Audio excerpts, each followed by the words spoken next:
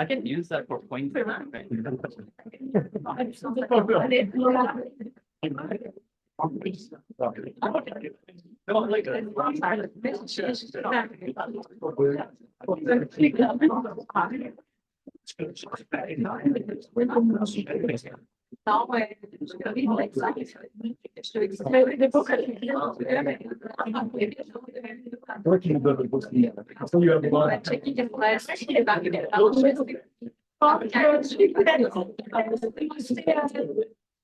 La conférence d'aujourd'hui avec vos beaux costumes. Donc, on apprécie beaucoup que le professeur Shahab Bakhtiari est là avec nous aujourd'hui. On va avoir le professeur Karim Jardi qui nous présente. Shahab Bakhtiari est un professeur adjoint au département de psychologie de l'Université de Montréal où il dirige le laboratoire SNAIL. And SNAIL stands for, j'ai la version en français, il est laboratoire de neurosciences des systèmes et du IA, System Neuroscience and AI, Lab pour SNAIL. Et je ne sais pas si le SNAIL c'est aussi pour Slow Science, do things well and in depth. Exactement. Oui. Le de fast science, c'est de faire n'importe quoi. En français, c'est escargot. C'est escargot. Donc, il a compté, donc Shahab a complété ses études de premier cycle et de maîtrise en génie électrique à l'Université de Téhéran, suivi d'un doctorat en neurosciences à l'Université McGill. Après avoir terminé son doctorat, il allait faire une recherche postdoctorale à Mila. Donc, Mila, comme vous savez, c'est l'Institut québécois d'intelligence artificielle, où il s'est concentré sur la recherche à l'intersection des neurosciences et de l'intelligence artificielle, ou la neuro-IA. Et donc, comme vous voyez, son parcours est très éclectique, interdisciplinaire, en partant du génie ou neurosciences et en passant par l'intelligence artificielle, pour après revenir et faire le lien, le pont entre neurosciences et IA. Et pour vous donner un peu plus d'informations sur Shahab, savoir ce qu'il a passé qu'il présente aujourd'hui, j'ai pris la liberté de lui poser quelques questions cette semaine. Et donc, je vais choisir certaines de ses réponses et certaines des questions que je lui posais. Donc, j'ai posé la question quels étaient les deux livres qu'il préfère, two favorite non-fiction books. Il m'avait dit que, alors, pour penser en ce qui est très bien avec les neurosciences, c'est How We Learn, Why Brains Learn Better Than Any Machine for Now. Et ça, c'est un livre par Stanislas Dehaene. Donc, si vous ne connaissez pas, je vais plus grand. Et le deuxième livre, c'est Why Nations Fail, The Origin of Power, Prosperity and Poverty by Derhan Acemoglu et James Robinson. Et par contre, pour les livres plus fiction, là, il en avait beaucoup à proposer, mais son top 2, c'était The Cairo Trilogy by Naguib Mahfouz, qui est auteur égyptien. Et le deuxième, c'est Strangeness in My Mind par Orhan Pamuk, que vous connaissez probablement. Donc, qui a eu aussi un prix Nobel de littérature.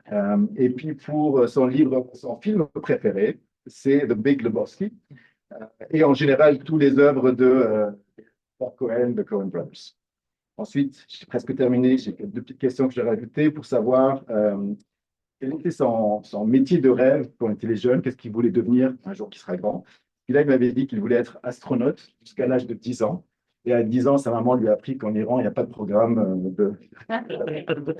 Donc, il s'est dit, il va falloir que je cherche un vrai job. Et je pense que, heureusement pour nous, on l'a avec nous aujourd'hui comme professeur au département.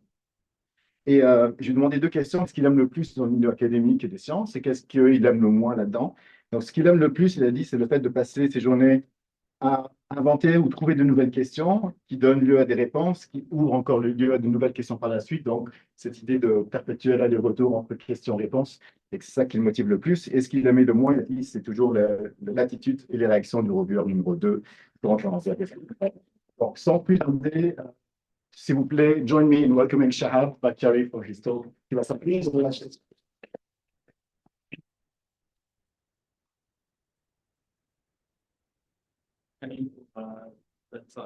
C'est gentil. Je suis très heureux je vais changer en anglais parce que my talk is okay.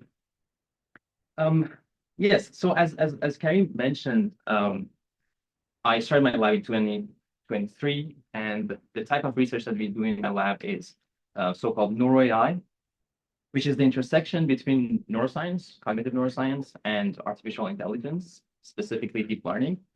And today I'm going to talk about a very specific case of such projects, which focuses on perceptual learning in humans and how exactly we can use artificial neural networks to model perceptual learning and what can we learn from that effort of using deep learning to model learning in humans. Okay, so if you have been to any neuro-AI talk, there's always a figure like that. And if you're going to do neuro-AI research, you'd better find yourself one as soon as possible, because I mean, without that, you can't really claim that you're doing neuro-AI research. So you need a figure with a neural net that is not really a neural network, and then you need a brain, which is not really a brain. And then you need the arrows going from one to the other and reverse.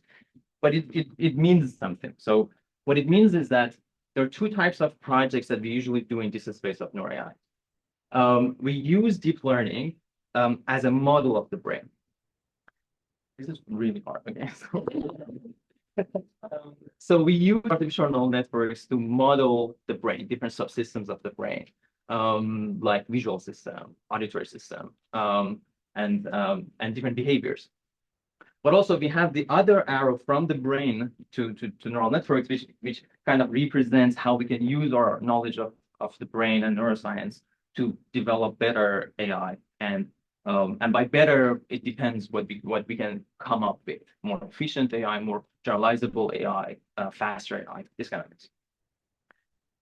So there has been a lot of work, specifically successful work, I would say, in using deep learning to model what is basically the back of our head, our brain, just the visual system.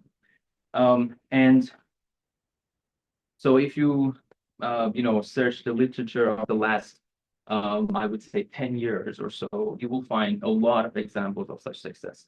And there have been models of using neural networks trained on object recognition or image classification, which were shown to be good models, acceptable models of the ventral pathway in the visual system. And then, different subsystems, different approaches, models of self-supervised learning, again, showing to be good models of the ventral pathway in the visual system. Models that are not necessarily trained on doing anything visual, but mostly trained on language embedding, also shown recently by this work from Yashar's group, showing that that can also be a very good model of the visual system. And we have also worked on different subsystems, the dorsal pathway of the visual system of another species, like mice, and also very, very specific subsystems within the visual system, like, for example, the face processing area. So there has been a lot of work showing the promises of deep learning and artificial neural networks to model the visual system. And this is what has been known mostly as a deep learning framework in neuroscience. And what it means is that you basically, for developing a neural network, you have different elements, you have different components. You have an architecture, you have an objective function that basically dictates the behavior of the model. You have a learning rule and a data for training. And what we do in this deep learning framework is that we kind of like come up with hypotheses about the brain or a neural system within this framework. So for example, one of these works that I just showed, the first one probably, this one, the hypothesis was that if you train a neural network on object categorization, that model turns out to be a good model of the visual system. So there has been a lot of playing around with this objective function to model different subsystems of the visual system, for example. And in the lab, as I said, we combine these different approaches, data from different species, different deep learning toolboxes. And also one thing that we're very excited about is simulation environments to kind of develop the experience of different species as they experience it in their natural habitat. So we combine these different tools in order to understand the brain, model the brain, and come up with theories about brain function, but also try to come up with expressions for AI, which is more difficult and it takes more time. Okay, so however, what have been done so far, what I explained to you, mostly thinks of the visual system as a snapshot of the visual system. It's basically a visual system that is fully developed and fixed. And there are fixed representations in that visual system that we want to study, that we want to model, right? But one question that we're interested in is that what about all the adaptations of that visual system? You can think of evolution, which is the longest time scale.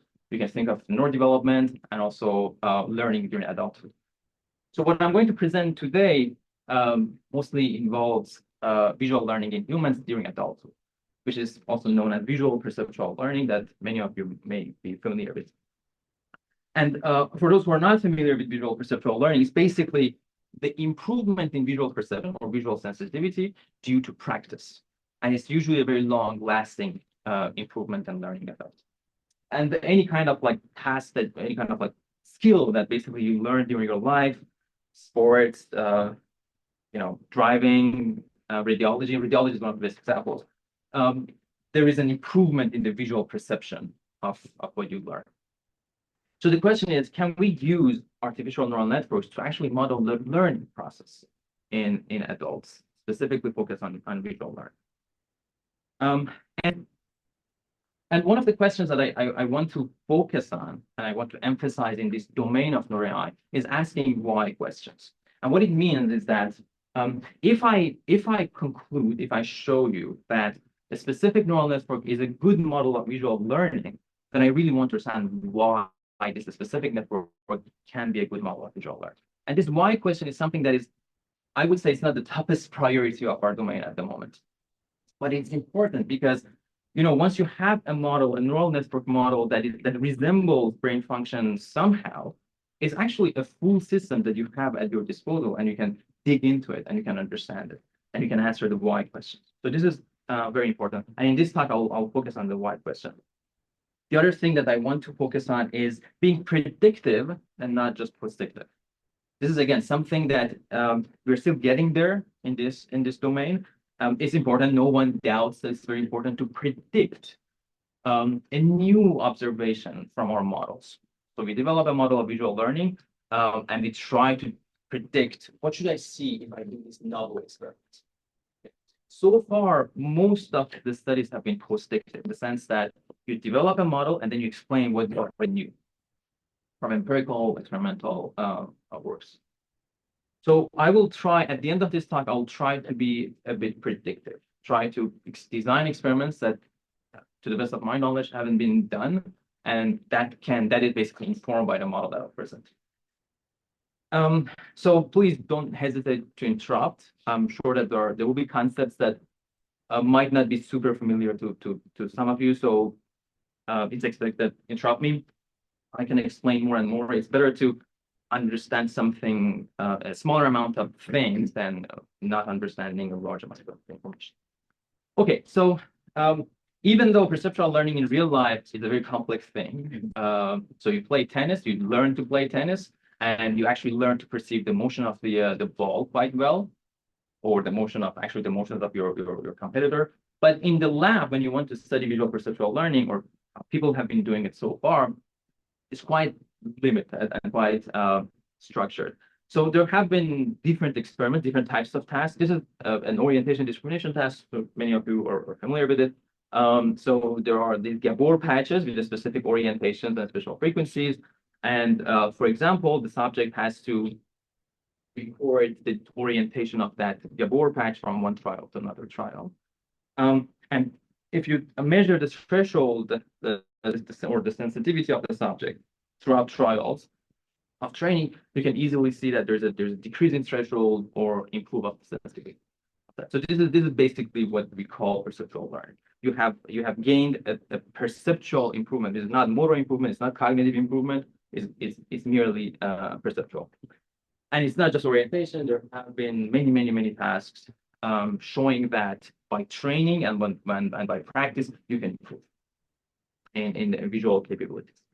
So what I will focus on within visual perceptual learning, or VPL in short, what I will focus on is generalization.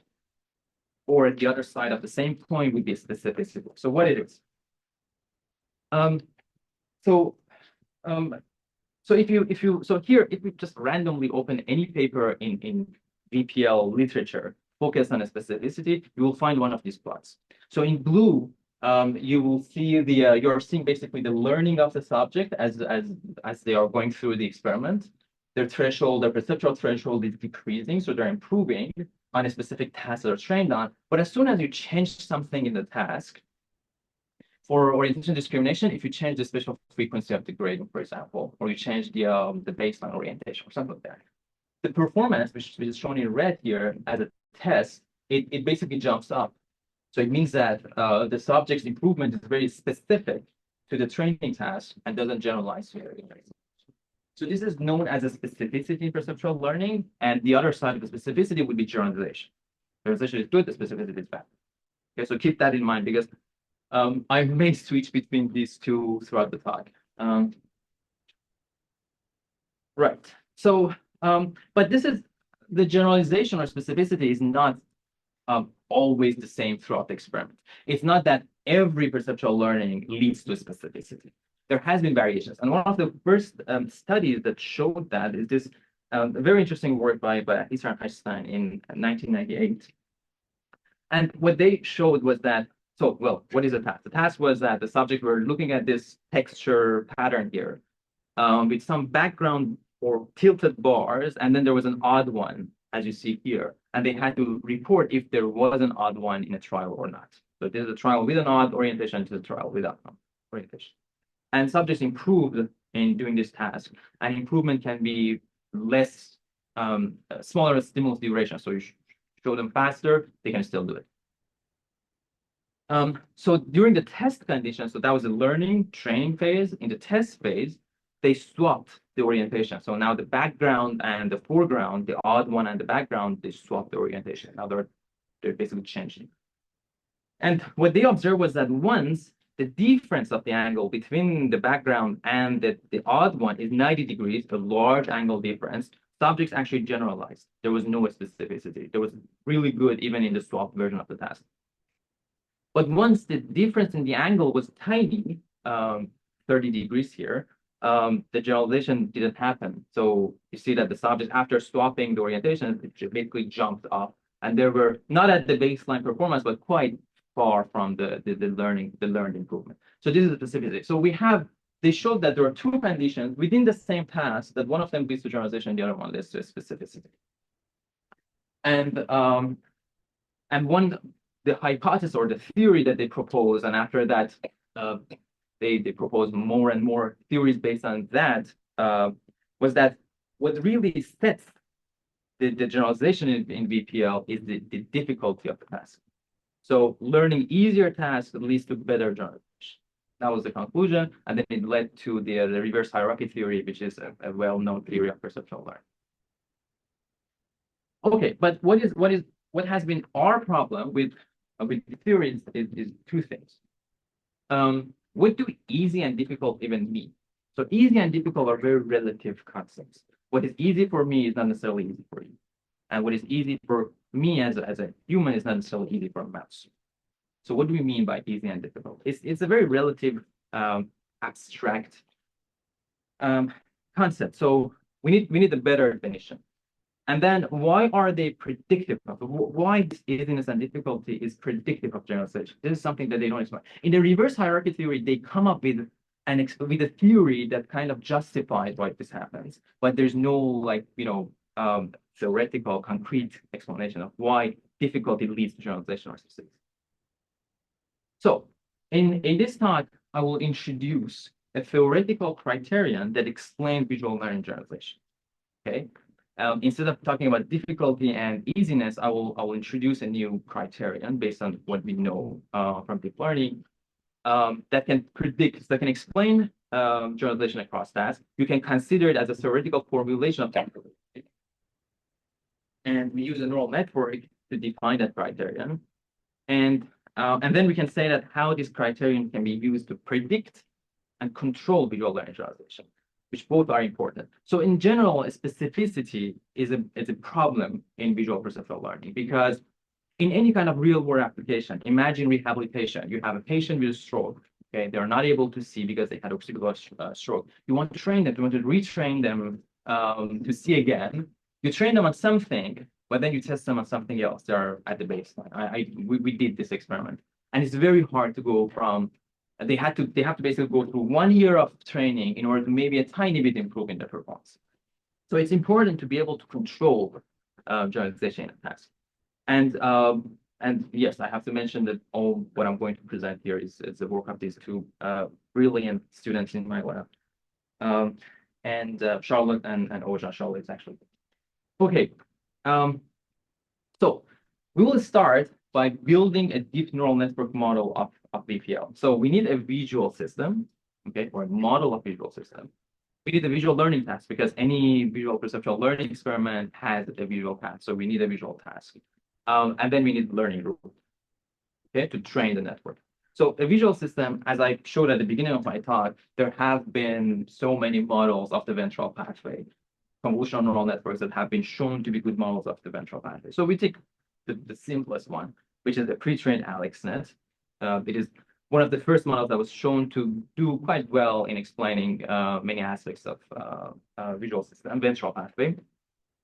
So yes, we use pre-trained AlexNet. The AlexNet is a specific architecture of convolutional neural network, is trained on image classification on the ImageNet database. But what we did is that, given the previous literature, so I will not go deep into this, but we added a skip connection. So we have all these connections that go from every layer to the output. So the task, we start with the orientation discrimination task, a task that has been widely used in perceptual learning, and we'll try to see what we can get from that. So the task is simple. There's a targeted stimulus with specific orientation, and there's a reference to stimulus, and the network should learn. So again, pay attention that this is the pre-trained network, and we're just going to fine-tune it. Okay, just small bit, change all the weights so that it can do this task. So the network at the output should report if this orientation is clockwise or counterclockwise compared to this one. And then we had also different levels of difficulty. So a large angle separation, a medium angle separation, and a small angle separation. Regarding the learning rule, we just use gradient descent feedback propagation. It is the learning rule that 99.99% of deep learning literature is built on. This is how we train artificial neural networks. I should say that backprop and gradient descent in the form that is used in deep learning is we know that it's not biologically plausible. But here we use it with caution. We are not claiming anything about the learning rule. We just know based on the literature that some noisy version of this is probably implemented in the brain. But for now, we just take whatever is there off the shelf. So once you train the network on the orientation discrimination, you can easily see that the learning curves. You can see the learning curves for different orientation, for different angle separations. You see different learning curves. So the dark blue, for example, is the largest angle separation. It is learned faster. Here, the circles that you're seeing here is the performance of the network on the test bench. Okay, so it's training, but and the test condition, the difference between the test and training condition was that the Gabor patch had double spatial frequency. So if based on this plot, which is the test errors versus the training errors at the end, we measure specificity. So how much the learning of this network was specific to the training condition. Okay, so what we can see is that there is a relationship between specificity and the angle separation. And this is reproducing what we already knew from human literature or other animals, primate literature, for example, that for a smaller angle of separation, 0.5 here, for example, you get the largest specificity. But again, why this model? So this is basically one of the points that is interesting to go further. If our model is able to reproduce one aspect of human behavior, for example, we want to know why it is able to do that. Okay, why specifically this model is showing this pattern of the specificity. So one thing that we tested right off the bat was training the same network and testing it. Training and testing on the same task, but on an AlexNet architecture that is not trained.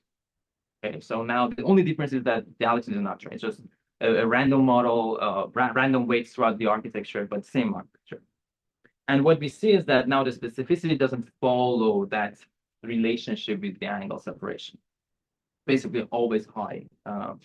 And this leads to give you an intuition of the intuition that I had at the beginning was that because this pattern of the specificity depends on the pre-training of the network, then we can conclude or we can hypothesize that there's something in the structure of the representation of the network that can predict a specificity in learning. Okay, so this is the hypothesis, and the hypothesis is this: tasks that are more aligned with the representational structure of a neural network lead to better learning generalization. And what do I mean by align? I will define it in a bit.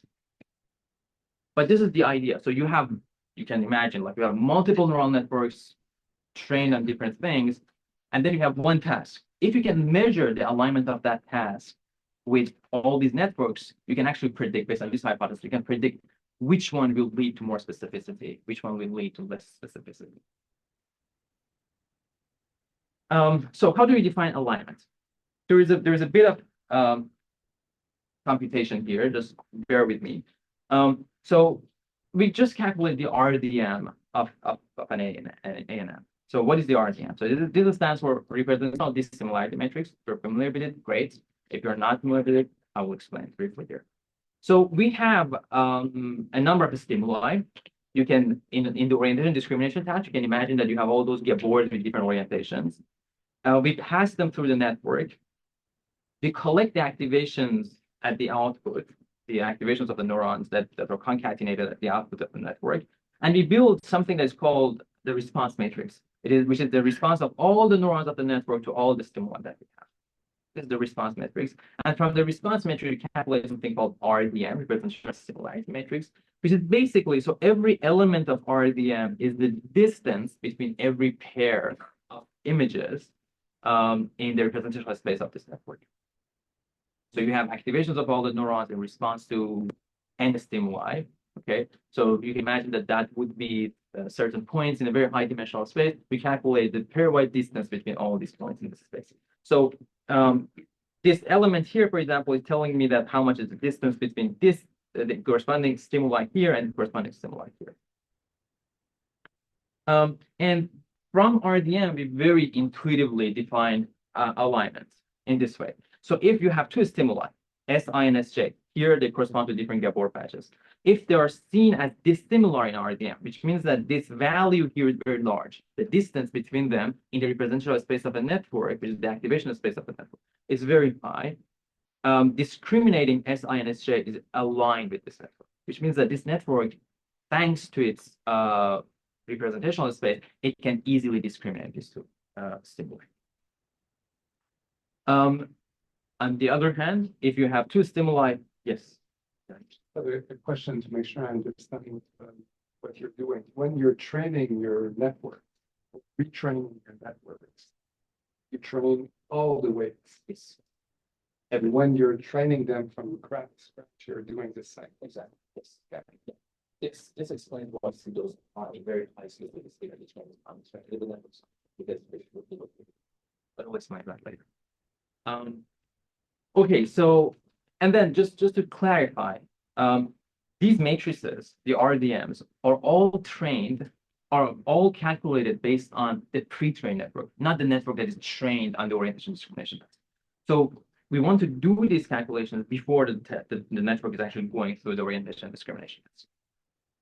Okay, so if SI and SJ, two other examples, are seen as similar in this RDM matrix, or the value here is small, then discriminating SI and SJ is not aligned with this network. Again, in the sense that this network is not really good in discriminating these two things. So here, for orientation of the Gabor, this is very intuitive, right? But it's kind of like making it concrete, because now you want to potentially go further, beyond the just orientations, just Gabor and so on. But this gives you a definition of difficulty that then we show that it predicts a specific. Okay, so now in the orientation discrimination task, if you cut the specificity, as I defined before, as a function of alignment, we see this very good relationship in which the alignment, as I defined it before, is predictive of specificity, in the sense that if the network is more aligned with the task, you see very low specificity, and so on and so forth. So, which basically, yes. So, I mean, a distance is one cell in the RDM. So what you average across all possible cells, and that's the value that's plotted there. This is just one element. One element, because these are, so you see that this is like 5 degrees. So this 5 degree corresponds to the angle difference, the distance between a reference and a target that is 5 degrees away from the reference. So this would be just the element in that matrix that corresponds to that pair.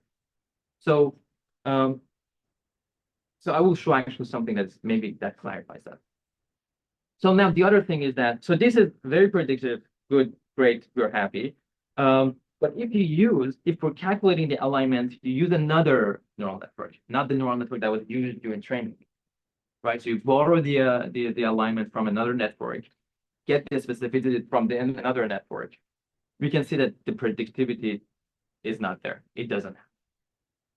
Okay, so it matters that basically at the core of this hypothesis is that the alignment of the network itself predicts learning. So another network cannot predict that. And this makes sense. If you want to really extrapolate from this, you can say that the representations of the visual board in my brain doesn't predict your generalization, because there is, of course, some variability between us.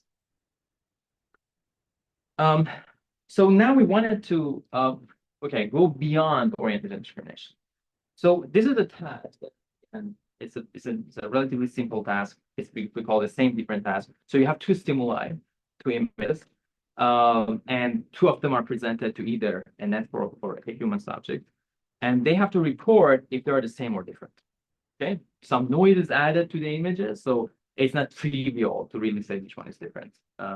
Which pairs are same or different.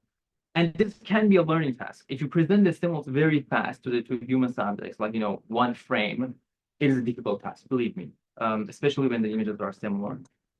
But they can learn, and so can the neural network. So now, if you just plot the error, the learning curve for aligned pairs, images. So by pairs, I mean these pairs. But you can basically do the same task for many pairs of images, right? So now, if you look at the learning curve for aligned pairs versus unaligned pairs that the network is good in discriminating them versus pairs that the network is not good in discriminating them, you can see that, again, similar to the orientation discrimination, the aligned pairs are learned faster and unaligned ones are learned a bit more slow. But where our hypothesis comes in is that now you can again see that the alignment here, which is shown as L2 norm distance, but you can imagine it's the same alignment metric. You can again see that there's this negative correlation, which means that if the alignment is higher, the specificity is lower. But this is what I showed for orientation discrimination is not just limited to that task. Even as with pairs of images, the same holds. You can also do the same thing for different models. Model 1, model 2, there are differences between them. It doesn't matter for now, but you see the same relationship. There's always a negative correlation. Yes, I. Sorry, and you said that the alignment is simply defined as the distance. Yes. In representing. Yes. Yeah. But then why not use the word distance? Just because.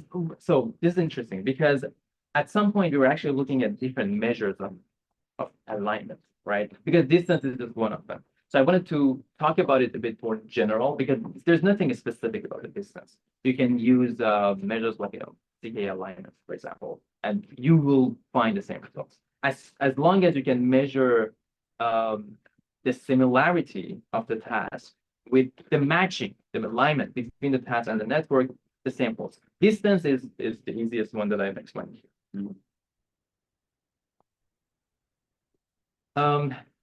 Oh well, and also it's not just really, it's not about just moving, because the thing that we did for test here in this task was that we moved the stimulus to a new location to test it, to basically get these plots. You can also use a new rotation, new size of the stimulus, and still you see the same negative rotation. So any kind of transfer or generalization to a new condition after training can be predicted based on the representational structure of the network prior to training. That is the idea. So yeah, so this is basically the conclusion so far. The more aligned with the network's representational space, the larger the generalization. This is the take-home message so far. But okay, so it's good. Now we have a measure, a very concrete, computable measure that we can use to predict generalization for a task, for a single task. But can I control generalization in a task? Okay. And there are different ways to go about solving it. Yes. You have a measure, but started with the hypothesis I saw and understand that that's the difficulty was what was driving the thing. To me, how good the representation is and how accurate you are. So to me, it's not very surprising what you found. Have you tried to use just performance as a way to try to predict generalization? I'm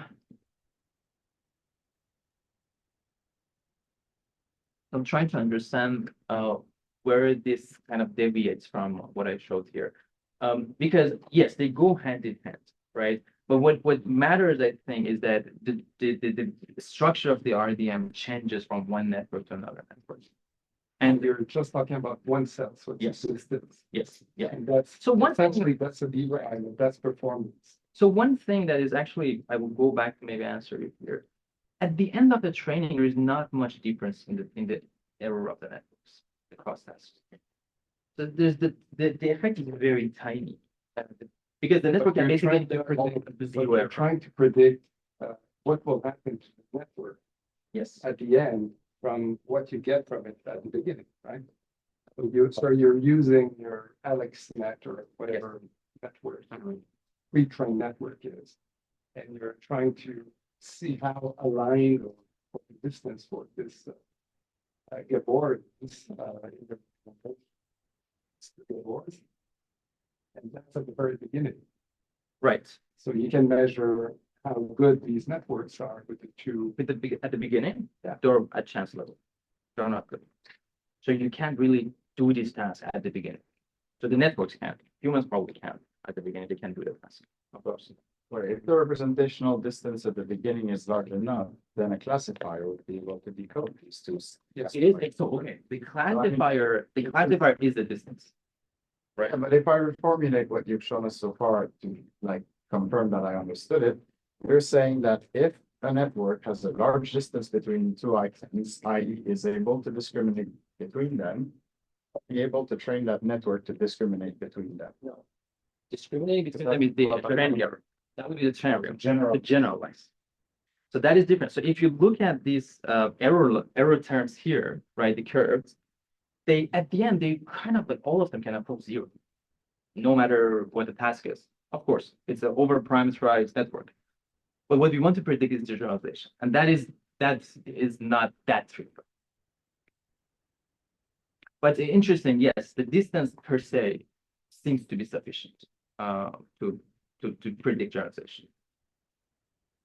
But again, to go back to the beginning of your question, Federico, I think the difficulty and what I showed here are the two sides of the same thing. It's just it's a computable metric for that theory, I would say. I mean, what if you had a network that already had been trained to be more tolerant or generalize better, right? Like at CCN, we saw the, what was it called? HMax Strikes Back. Yes, yeah. They claimed that they were better able to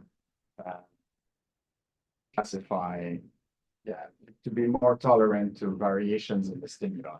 So we have been looking at many models. I'm just showing 3 here, but I think our benchmark at the moment includes like close to 50 networks, and all of them, yes, of course, in the absolute generalization, they differ. Some of them are really good in generalization, some of them they're bad in generalization.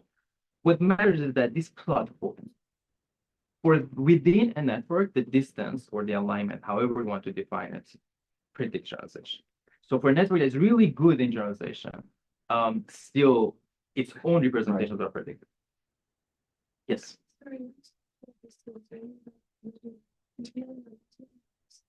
So here, what I'm showing, everything I'm showing is Euclidean L2 norm. Okay. But we looked at cosine singularity, we looked at the distance based on Pearson correlation, we looked at measures like CKA, etc., parallel alignment. All of them qualitatively reproduce this plot. There are differences. Why? It's an interesting question. I don't know the answer, so we're still trying to figure it out. And it is very aligned with the It is very aligned with the theme of now. That what is the measure of alignment really?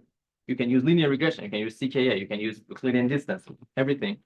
There are differences in their judgments, but at the end of the day, at least for our result, the result qualitatively hold.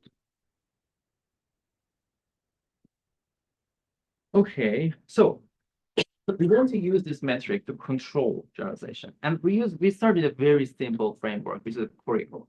Okay, so if I use a curriculum in the sense that I basically order the tasks based on their difficulty, and I benefit in terms of generalization. So let's say that I started a task. This low alignment task. So by low alignment, I mean the task that we know from that hypothesis will lead to very high specificity. It doesn't generalize. We know that. So let's call it task B. I want this task to actually generalize. Okay. So one idea is that what if that is basically following an easy task or a task that aligns with the network. Okay. Does that help generalization of task B? Okay.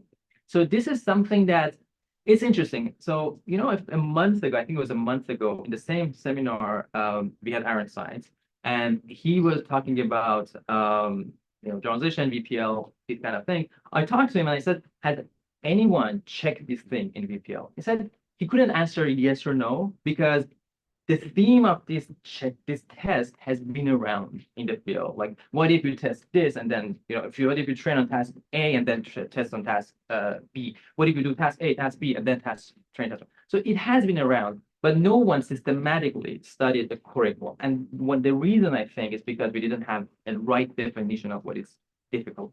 Okay, so here we're trying to get there. It's preliminary stuff. So yeah, let me know what you say.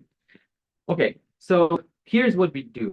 There are 2 versions of the task. In the first one, we have orientation discrimination, 2 degrees angle separation. This is the first phase of training. The second phase of training, we do 0.5 degrees angle separation. This is a difficult one. We know that the network doesn't do it very well in terms of generalization for this. And then we measure the specificity for this task, the difficult one, the one that by itself doesn't generalize very well. Okay. This is the first version of the experiment. The second one is that let's just do the same difficult one for the same amount of time, same training steps. And what we saw was that just in the model, so this is based on the model.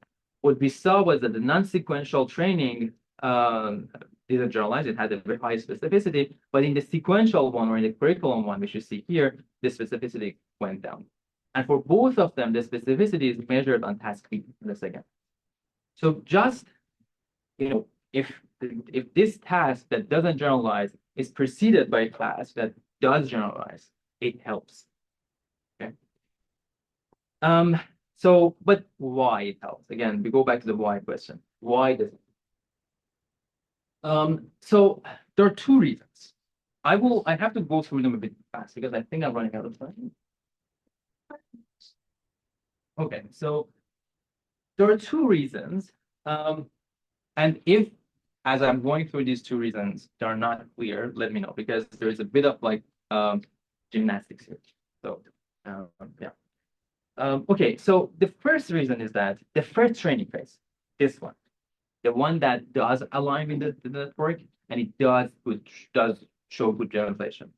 The first training phase recruits a low-dimensional readout subspace of neurons. So we have all these neurons, okay, that are all representing the task stimuli somehow, right? But when you train the network to do the first task, it uses a low-dimensional manifold of these neurons in the sense that, so the way that you can imagine that, I'll show it better later on, is that many of the neurons that are used to do the task are basically having similar tuning properties. So at the end, there are like, if it is reading out from like 1,000 neurons, there are only like probably 10 different features that are extracted from the input. So this is a very intuitive notion of what is the low dimension. I'll show it a bit later. So how do we measure this? How do we actually show that this is the case? So we had our network, okay, the network, the AlexNet. Now it is trained actually on doing this task, the orientation discrimination. There are neurons. So all these neurons have direct access to the readout because of the skip connections that we added to AlexNet. We choose the neurons with the largest readout base, those neurons that are contributing the most to the readout. We choose the top 100. Why the top 100? We went through some steps to choose the 100. But I will skip that for now. We can talk about it later if you want. So we choose those important neurons, and we do some virtual electrophysiology on these neurons. So we record from these neurons as we show 100 natural images to them. Okay. So we build this response matrix, which is the response of all these 100 neurons to these 100 stimuli. And we do a PCA, principal component analysis, to measure the dimensionality, to come up with an estimate of the dimensionality of this response matrix. And what we can see is that the variance explained by the first principal component depends on the separation angle that was used during training. So if you train the network on the larger angle separation, the task that is very aligned with the network, the first principal component actually explains like 28% of the global variance, which is significant. It goes down as the task becomes less aligned with the network. So if the this is interesting because somehow, for some reason, I don't exactly know why this happens. So we are working on it. But for some reason, when the task is easy, the neurons that are contributing to solving that task, they occupy a very low dimensional space, relatively. So, and we know from the whole literature of machine learning and theoretical machine learning that low dimensional representation leads to better. So this also explains why an aligned task leads to better translation. And if you take those 100 neurons and visualize the features that they prefer, what is interesting is that this is a network trained on. So these are neurons selected from a network trained non-sequentially, and on right, a network trained sequentially. So what you see is that you see a lot of neurons with similar tuning properties. And this is the intuition of low dimensionality. Okay, so there are many neurons in this network that basically prefer the same thing. So if you calculate the rank of this matrix, it will be a low rank because many of them are perfect. So that was the first reason. So the first phase of training recruits a low dimensional representation. The second reason is that the first training phase sets the readout subspace. The next ones don't change it much. They're basically piggybacking on whatever was learned in the first one. How did we show that? We took basically the weights of the readout weights of all the neurons. Okay. So just attention. The PCA here is not the same PCA that I showed you a bit before. Okay. This PCA is different. So this PCA is on the weight matrix of all the neurons. So all the neurons are kind of contributing with a certain weight to the output. You take all those weights, do a PCA on them, and then you can look at how they move in this PC, like the first two PCs throughout training. So this is the beginning of the training. This is the first phase of training. This is the second phase of training, and this is the third phase of training. And this is the curriculum because it starts from an easy one, a harder one, and a harder one. And this is the non-sequential one. One thing that's very important is that they are in two different spaces, okay? Two different places in the weight space. So they don't end up in the same weight space location. Well, one thing that is more important is that the first training phase, 2.0 here, 0.5 here, they set the main difference. And the next ones really don't change it. This is very similar to this idea of critical period neural networks. It has been shown that if you train a neural network to do something, gradually it loses plasticity. And this is also kind of following that idea that the first phase of training sets the network to do something with a subspace, that the other one kind of piggyback on that. And last thing that I will just go through it very fast. We show that this whole idea of curriculum in perceptual learning, at least with the neural networks, is not limited to orientation discrimination. We also do the same thing with texture discrimination. And what we can see is that if you have this idea of, basically, I'll just show it here. If you have an easy condition before a hard condition, you get lower specificity, hard after hard, higher specificity. And then different, if the easy comes from another class of texture, does it help? Yes, it does help. But if it is too different from the task, it is not helpful anymore. This is another side of designing a curriculum, right? So you want to have this like order of easiness and difficulty, but also they have to be relevant to each other. You can't, like, if you want to teach someone math, you can't start with history, right? So it should be in the same space. Here, show that if this first phase of training is, I think it was classifying different species of animals, right? Yeah, it was like fox versus coyote. Okay, so yeah, if you start with this this discrimination task, and then the network is trained, it is easy, but it doesn't necessarily lead to better generalization and texture discrimination. So they should be relevant. How we define relevant is another interesting question that we're still looking at. Yes. Yeah, try the obvious other sequence, the hard followed Yes. by easy. Yes. So when you do you do hard and then easy. Again, the problem is that the second one doesn't change the network much. So it's always the first one that sets the main readout on the space. Then the second one's move within that space to solve the second task. So if the first one is hard, again, you can see a space that goes. It goes here, and then from here, maybe it moves a bit away from 0.5, but But in terms of specificity, generalization. It's still very low specificity. Very It's high like specificity. hard. Yeah. It's like hard, yes, exactly. But Yeah. all these networks have been pre-trained on a very hard task. Yes. Well, not necessarily hard in the way that we define hard, because in those data sets like ImageNet, every class, every binary class from the 1,000 classes, within it has difficult and easy curves, right? So what we showed actually later on, I didn't have time to go through it, but we showed that even if you shuffle the easiness and hardness, if you have like an easy and a hard and so on, the random way, the network first learns from the easy ones, and then it learns from the hard ones. So there is an implicit curriculum already within a network that has different levels of difficulty. So a network that is trained. So another point is that everything that I said holds for few-step learning. It doesn't hold for image learning. But this is important. Because here, the so-called kernel of the network, you can think of it as the RDM, doesn't really change much, right?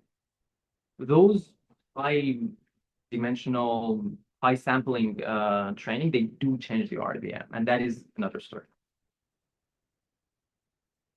So to conclude, the task alignment. So this idea of task alignment is something that I think is important, not just for perceptual learning, but also for AI. The task alignments can predict how well the network generalizes after seeing just a few samples. And it's important because in perceptual learning, the way that in psychology and in neuroscience we have been doing perceptual learning experiments, it is a few shot experiment because you only show like 1 or 2 samples to the subject. We usually don't include variety in samples that the subject is seeing. And this is the reason that they usually don't generalize because they're not seeing exactly the same. But this idea of task alignment helps predicting few shot learning given the representation structure of the network. And the second thing is that a sequential learning curriculum can help generalization. Now, I promise to be predictive, so I will try to be predictive. So one thing that we said at the end was that the readout subspace depends on the difficulty of the training test. So one prediction is that the dimensionality of the communication subspace between sensory and sensory motor areas depends on the task alignment. So if you record from neurons in area empty in monkeys or area V4 in monkeys or in humans, different areas, and you also record from downstream sensory motor association areas, what matters is that the way that they're communicating to each other, the subspace of that channel of communication, what is the dimensionality of area MT that is affecting LIP, for example? That depends on how the animal or the human has been trained. Okay. And this is important because it has been shown in the literature that this communication space between areas is low dimensional. And I argue that this observed low dimensionality is because most of the time animals are going through the shaping experiments. So there's a shaping protocol. Always the animal starts with a very easy version of the task, and they gradually see more difficult and more difficult. So this low dimensionality of the communication subspace is probably because of how the animal is trained. If we could, most likely this can be done in humans, not in animals. If we could change the difficulty of the experiment and then measure this subspace, communication subspaces, I imagine that I predict that this would follow the curve that you see here. Yes. How do you measure the communication subspace? Yes. So the way that you compute it is that you basically, the simplest thing is that you feed a linear regression between neurons in area V1, let's say, and the next area that is reading out from V1, let's say area MT.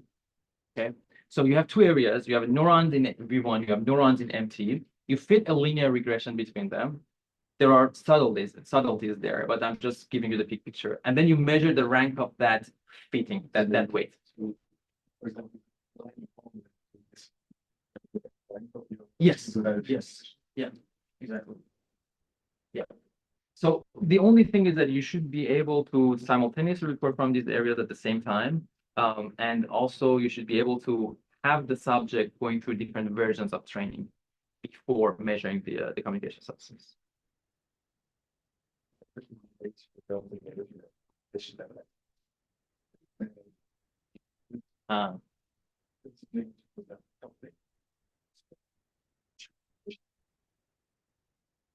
It's a good question. So I think you still could, at a voxel level, you could do the same thing. I know that within a voxel you have like, I don't know, like probably like tens of thousands of neurons, but still you could estimate. I don't know anyone has done it. Maybe it's impossible. But you could still try to measure the dimensionality of the communication subspace between them. So there is a lot of there is a lot of network analysis in this field, right? But I don't know. I'm not that familiar with that literature, so you should tell me probably that if anyone had looked at the rank of these connectivities between these areas. But specifically, we should look at the sensory area and the sensory motor area as a readout. Yes, it doesn't carry information about directionality. It's just looking at the shared. It is the shared. Dimensional, 90% of the data. Yes. So one thing that this study showed, Semedo et al., they showed that the subspace within V1 that affects V2 is very low dimensional. It's like 1/100th of the whole dimensionality. But there is a very larger dimensionality that just affects itself. V1 affects itself, but it's a very low, very narrow channel that affects V2. that is what I'm imagining has to do with the training at the end.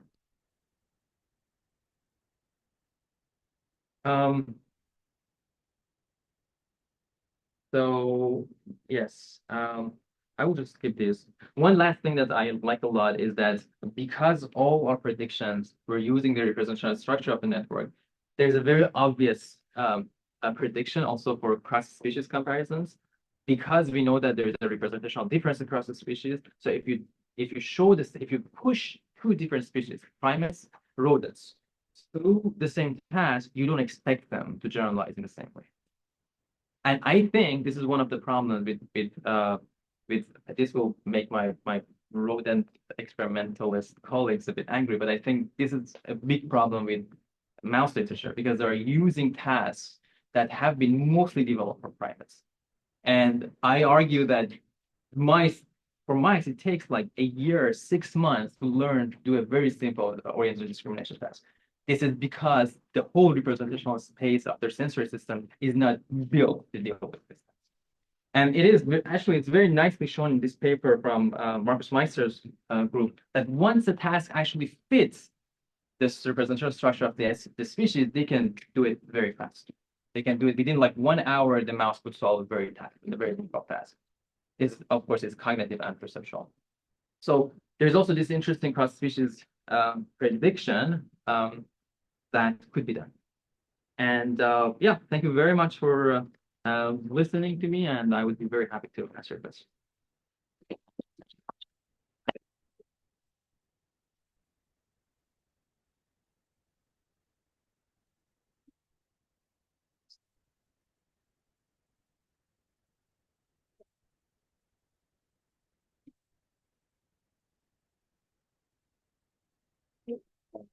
Yeah, I'm not in the field, but I was wondering more about applications. So the idea, could you go backwards and design a task, for example, for radiology? So right now we know like starting simple and then go into more difficult task. Can we go and design a task so the students can actually go and train on the simple, what is the best learning curve for them based on the neural network learning? Like, is it? So this is you are describing my 10, 15 research program. So this is actually where I'm heading with this. Because one problem that the whole field is trying to solve is which network aligns better with human brain. Okay, it is a problem in AI. It's a problem in neuroscience as well, right?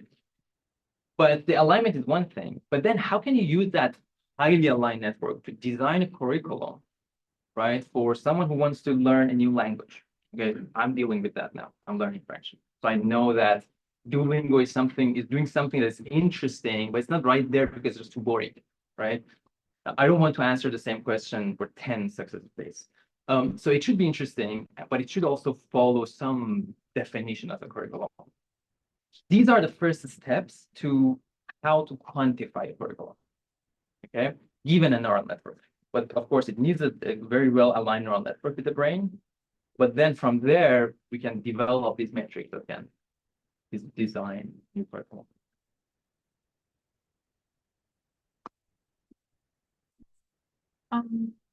So does these rules apply to different, let's say, pathways also? Is it the same thing observation that you have, let's say, the ventral pathway, the dorsal pathway? Very good question. I'm thinking, okay, because the task that we designed, the same different task, is a ventral type task. We didn't test a dorsal like network, okay? But I am hoping that it is the same principle holding there as well, but it needs to be empirically tested. We're doing something else with perceptual learning and the dorsal pathway, but not exactly this type of question, but it could be. Great. Yes.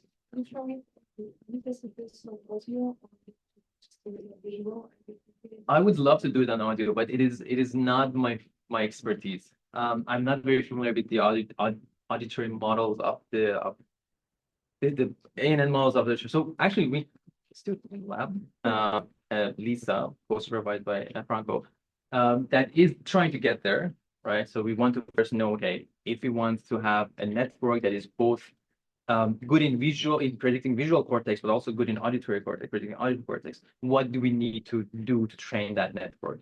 So once we have that network, I know that people have done it. It's not that we haven't come up with this question. But once we have, again, the best aligned network, nothing stops us from going there. So you could even, the one thing that I'm dreaming of is actually, could you train someone to do a speech recognition in another language, but generalize faster and learn faster? That needs an auditory model. Yeah.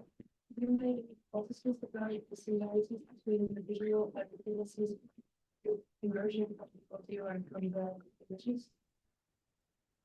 You mean the similarity in terms of, I didn't quite understand the question. Term of ways like articulation, identity, example, similar points that you can use to like different points between the audio file and the image, so you can combine. Okay, yeah, that's actually very related to the current logic, the insights. So this is yes, there needs to be some sort of like crosstalk and communication between them, and this is basically what Vanessa is also very interested in. And again, how to develop that model is the key question, because once you have an auditory stream and you have a visual stream, there are millions of ways to kind of like cross communicate between them. How can we use anything from our knowledge in neuroscience and the anatomy of the brain to inform that architecture is one thing, but also could we just optimize it based on task performance is also another possibility. But once you have that network, yes, you could answer this question. Other questions? You're excited for the candidate and something. Okay, well, thank you so much.